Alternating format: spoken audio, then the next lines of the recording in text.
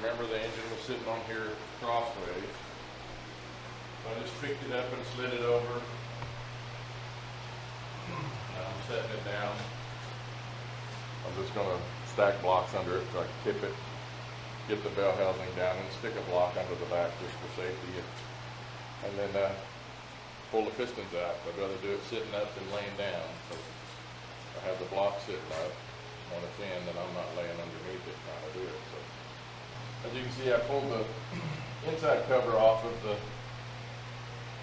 You have the timing cover and then your cam gear, your cam, and then another inside cover, and I pulled it out and I cleaned all that up. See, this is the crankshaft. Cam goes right here. So I've got all that stuff cleaned up and ready. So then I came over here and the camshaft, I got it cleaned up and polished and looking pretty good. Should be fine. I've got a small parts washer. So here I still have the timing cover to do and my oil pan. I bring them over here to my parts washer and I soak them and I get them with whatever junk's on there softened up.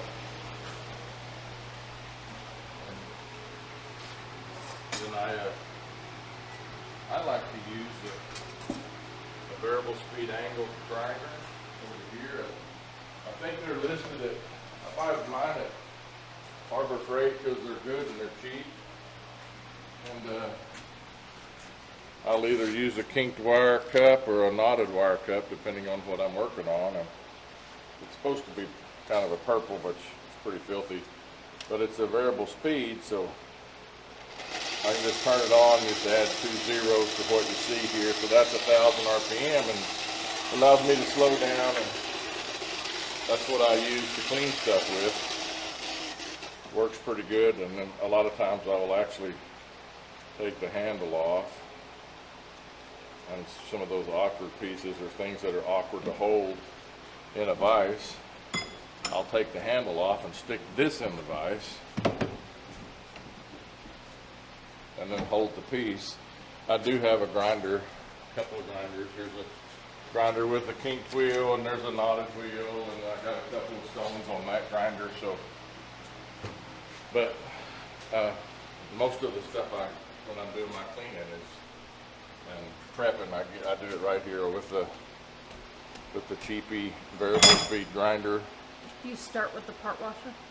Most of the time, if it's not super filthy, I won't, but if it's pretty dirty or if it's had liquid or chemicals or oil or grease or whatever in it, then you know I don't. I will try to get most of that off and then come back and hit it with the grinder, and it works pretty well. You know, this side was up against the block, and just that inner timing cover I was talking about. And this is your cam bushing and crankshaft gears here, cam gears here. Governor goes through here. So this was all pretty filthy. Everybody knows what an oil filter looks like. So it cleans up pretty well, you know. So, and that's the way I do it. Here's the front engine mount. You know, those things are always pretty filthy. Gets it pretty clean. Then I spend a lot of time on the machine surfaces. I want those nice and clean. And you know, that's what I do. So are you gonna paint the pieces before you put them back on the tractor? Some you can. I'll probably prime them. Some of that stuff you can't get to when you're you know, when the tractor's together and you're painting it. So I may actually get the block all put back together and then spray it, you know, prime it and spray it, and then set it in, painted and cured out, especially the front, painted and ready to go when I put it in the engine or put it in the tractor. And I may do the same. You know, I normally take the radiators off, spray the shroud separately. You know, if you can kind of seed paint, I guess, it makes it easier. You know, if you get a good coat of paint on it before you get it all put to where you can't reach it anymore, then it, you know, it just makes it better, I think. So that's what I try to do. So if you think about it, the front of the engine's got a fan on it that's all sitting right about here, so you can't really shoot much paint in it. very successfully. I've never had good luck with it, so got the engine off, I can rebuild the engine, I can spray it. Then I don't have to worry about it so much when I'm painting the rest of the tractor. If the engine's done, I can put a fresh coat on it, and if I miss a spot or two, it's not going to show because it's already got a coat or two of paint on it. So that's probably what I'll do. So thanks for watching. Be sure and subscribe. Talk to you later.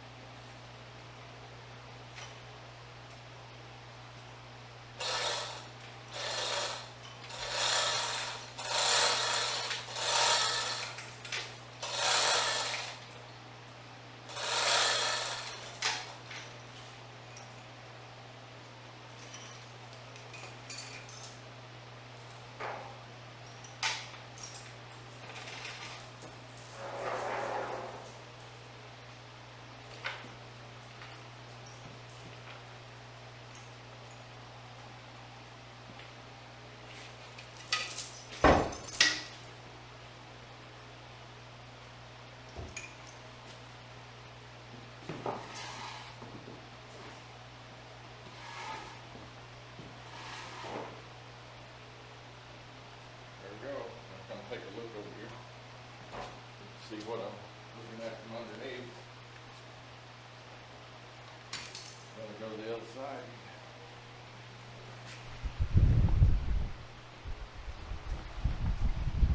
So, that's the crankcase.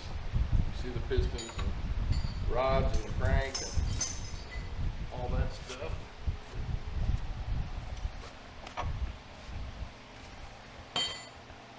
So that's why I like doing it this way. It's easier to get to it.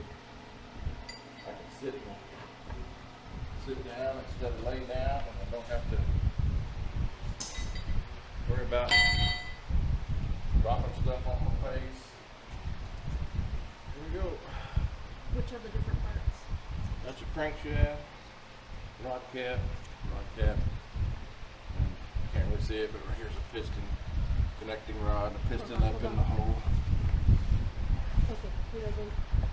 That's crankshaft, rod cap, and back in there's a piston and a connecting rod at the bottom of the piston going to the crankshaft. So, and that's what we got. That's about all that's left in it. Main bearing, timing gear, and that's it. Lifters are out, push tooth are out. I can see why you'd want to clean it from here. Yeah. Cam goes in here, there's the bearings for it. And their oil pump goes up through here. These are the tube holes for your lifter tubes. You know, so when you get all that stuff out, it just makes it a little easier to clean it all. So got to get in here and knock this stuff out, get it cleaned up, and get it all ready. Go back in, just good as new almost. You know, maybe better. Who knows?